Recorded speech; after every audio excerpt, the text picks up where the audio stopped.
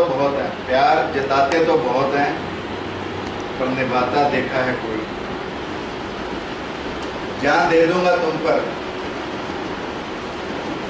कहते तो बहुत हैं, परंतु जान देता देखा है कोई। कुर्बान हो जाऊंगा देश पर कहते तो बहुत हैं, परंतु देश पर कुर्बान होता मंगल देखा है कोई। मगर देश पर कुर्बान होता मंगल देखा है कोई।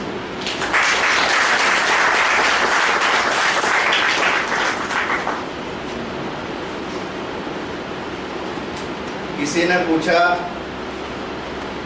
Regiment Bengal native infantry number 34, तुम्हारा बिल्ला नंबर 446, नाम मंगल, जात ब्राह्मण। तो पूछने वाला हंसता कि क्या कोई ब्राह्मण भी सेना में हो सकता है? क्या कोई ब्राह्मण भी फौज में हो सकता है?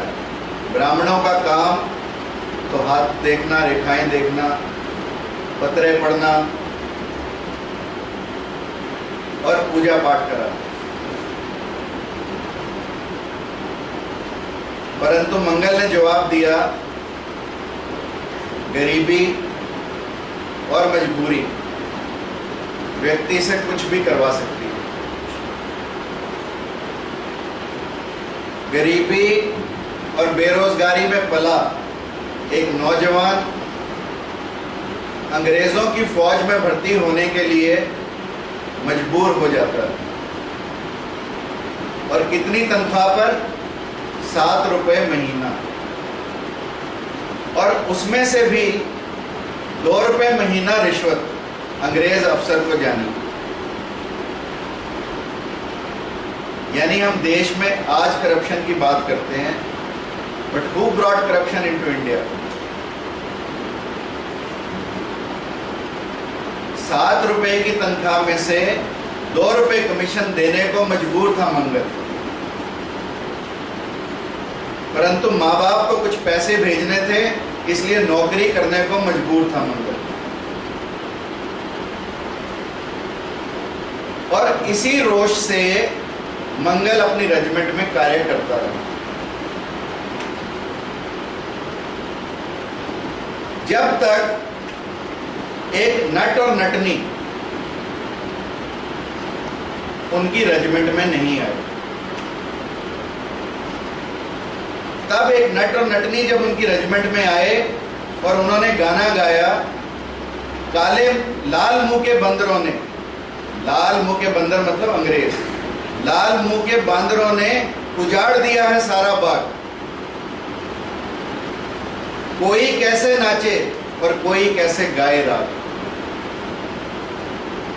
यानी ये एक संकेत था जिसकी गहराई में मंगल पांडे गया। सुना सबने,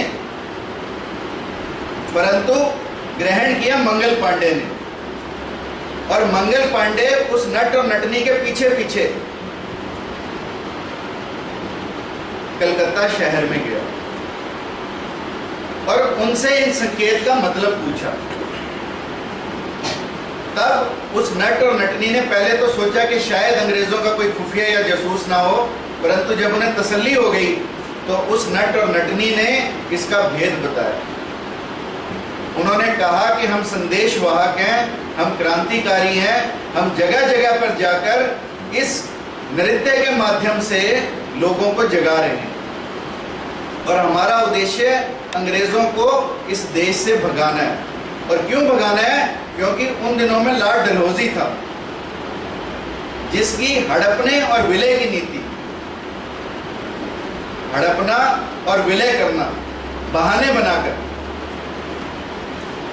यानी जैसे पेशवा बाजीराव को कहा कि नाना जी तुम्हारे दत्तक पुत्र हैं इसलिए तुम्हारा राज्य विलय होगा। रानी की झांसी को कहा कि तुम्हारा पुत्र दत्तक है, इसको साम्राज्य पर नहीं बिठा सकते, इसलिए झांसी अंग्रेजों के साम्राज्य में विलय हो। तो अंग्रेजों ने जो हड़पने की और विलय करने की नीति अपनाई, उसके विरोध में जगह जगह पर लोग विरोध तो करने को तैयार थे, परंतु कोई संगठन नहीं था, कोई नेता नहीं था। और फिर इन सब ने मिलकर नेता बनाया बहादुर शाह जफर को, और इस चिंगारी को जगह जगह पर पहुंचाने का काम किया नानाजी, तांत्या टोपे और अजीमुल्ला खां और वाहिद अली खां जो लखनऊ के थे।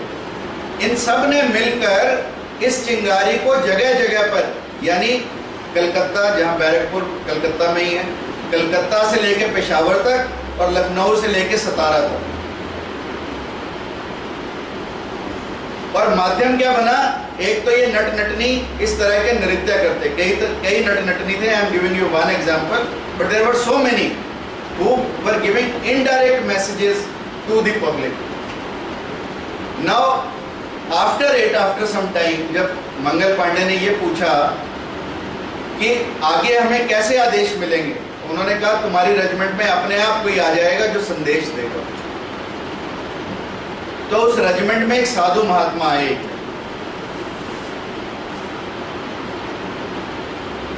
और संदेश के रूप में कमल का फूल और रोटी।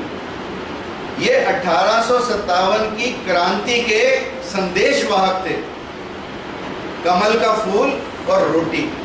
कमल का फूल सैनिकों के लिए कि जिस सेना में ये लोग जाते, कमल का फूल एक व्यक्ति को दे देते और सब लोग जो जो कमल पकड़ लेते, मतलब वो क्रांति के लिए तैयार।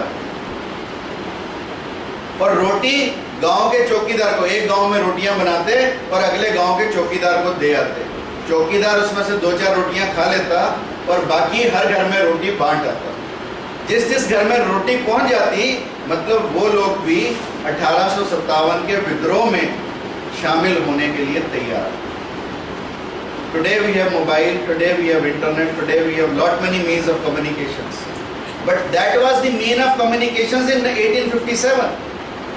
That they had different symbolic presentations, like a lotus flower, like a roti.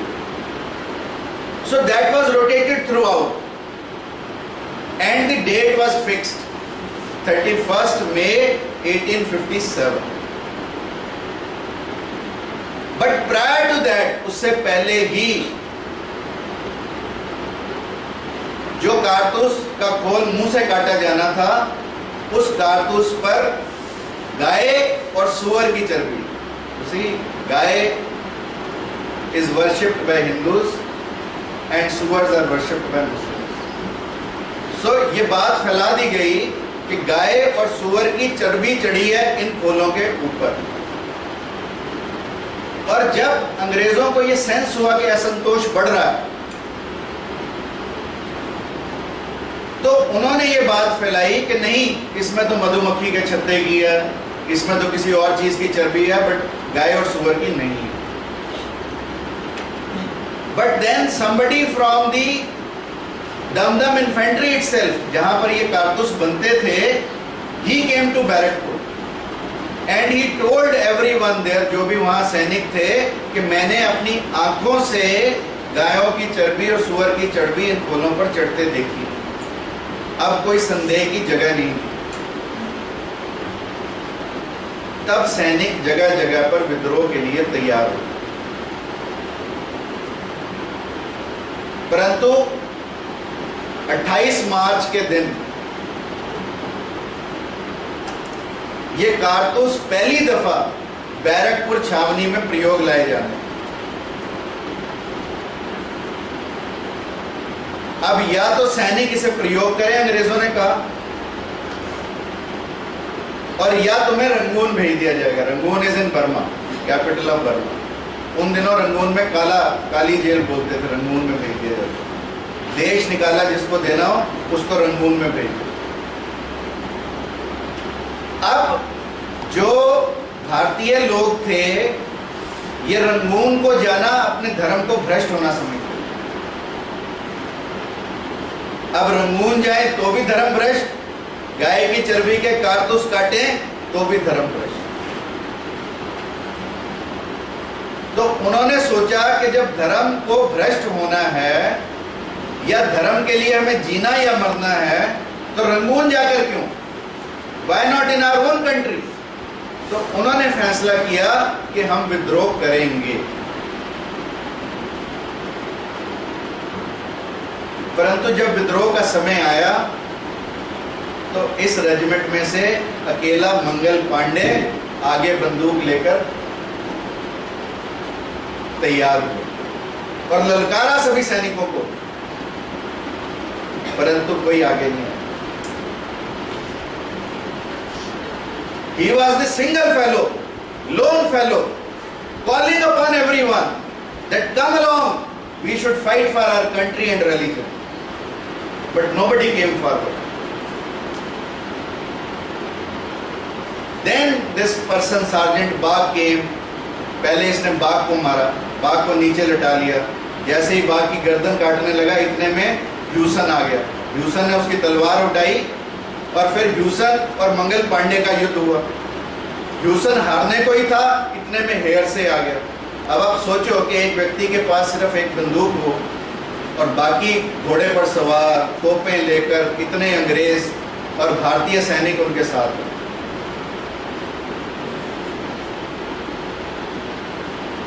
भारतीयों ने भारतीयों को मारा, अन्यथा मुट्ठी भर अंग्रेजों में दम या हिम्मत नहीं थी इस हिंदुस्तान को गुलाम करने के लिए। ये हिंदुस्तान के गद्दार थे, हिंदुस्तानी, जिन्होंने अंग्रेजों को मौका दिया इस देश पर शासन करने का। कहानी शुरू होती है 1757 की पलासी की लड़ाई से। अंग्रेजों का सिराजुद्दौला से युद्ध था। सिराजुद्दौला किसी भी कीमत में हार नहीं सकता था, परंतु अंग्रेजों ने उसका सेनापति मीर जाफर और एक और व्यक्ति दुर्लभ राम उसको खरीद लिया। अब जो दो सेनापति किसी राजा के खरीद लिए जाएं तो वो राजा क्या कर सकता है। भारतीयों ने भारतीय राजा की हार सुनिश्चित की और इसी तरह मंगल पांडे भी ना मरता यदि भारतीय अंग्रेजों का साथ नहीं देते।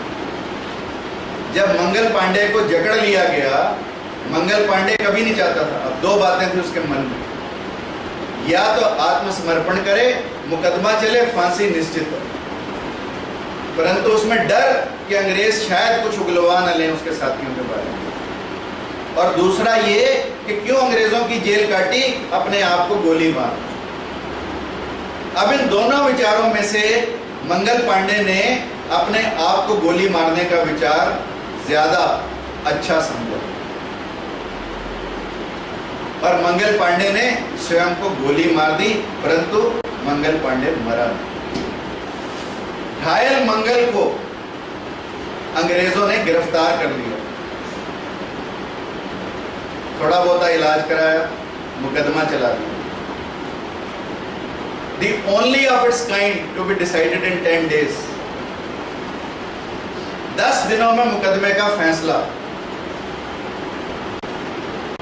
मंगल पांडे को फांसी। फांसी देने के लिए बैरकपुर के जल्लादों ने मना कर दिया। उसी समय कलकत्ता से 4 जल्लाद बुलाए गए and it was the only capital punishment which was given in front of the other soldiers. बाकी सैनिकों के सामने मंगल पांडे को फांसी के तख्ते पर चढ़ाया गया। तख्ते पर चढ़ाने से पहले पूछा तेरी आखिरी इच्छा क्या है, तो मंगल ने कहा कि तीनों को बाघ, ह्यूसन और हेयर से तीनों को मेरे सामने ले आओ, इनको गोली मारना मेरी अंतिम इच्छा। ये था मंगल पांडे का चरित्र। यानी आखिरी इच्छा भी अंग्रेजों को इस देश से भगाने की, अंग्रेजों को इस देश से मर मिटने की और अंग्रेजों को शासन को खत्म करने की, ये मंगल पांडे की आखिरी इच्छा।